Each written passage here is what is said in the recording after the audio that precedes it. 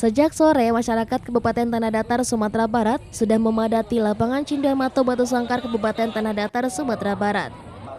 Masyarakat antusias mengikuti kegiatan nonton bareng semifinal AFC antara Timnas Indonesia U23 versus Uzbekistan U23 yang diselenggarakan oleh pemerintah Kabupaten Tanah Datar, Sumatera Barat. Pada menit ke-61, penonton sempat bersorak di mana pemain Timnas Ferrari berhasil membobol gawang, namun gol tersebut dianulir oleh wasit.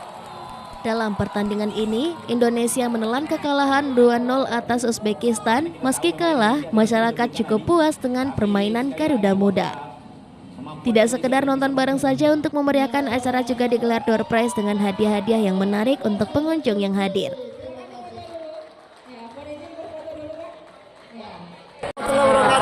Hari ini walaupun Indonesia kalah 2-0, tapi kami masyarakat Tanah Datar tetap menganggap pemain kita hebat-hebat karena sudah masuk di semifinal. Kita mendoakan masih ada peluang lagi, ya, tetap semangat pada pemain kita, pemain nasional kita, ya, tetap semangat. Insya Allah Paris akan kita capai di tahun 2024 ini. Kita akan ikut Olimpiade di Paris 2024. Dan hari ini kami banyak sekali berbagi hadiah kepada penonton yang lebih kurang 10.000, ya. Kami menyediakan kupon hanya 3.000, tetapi penontonnya lebih kurang 10.000.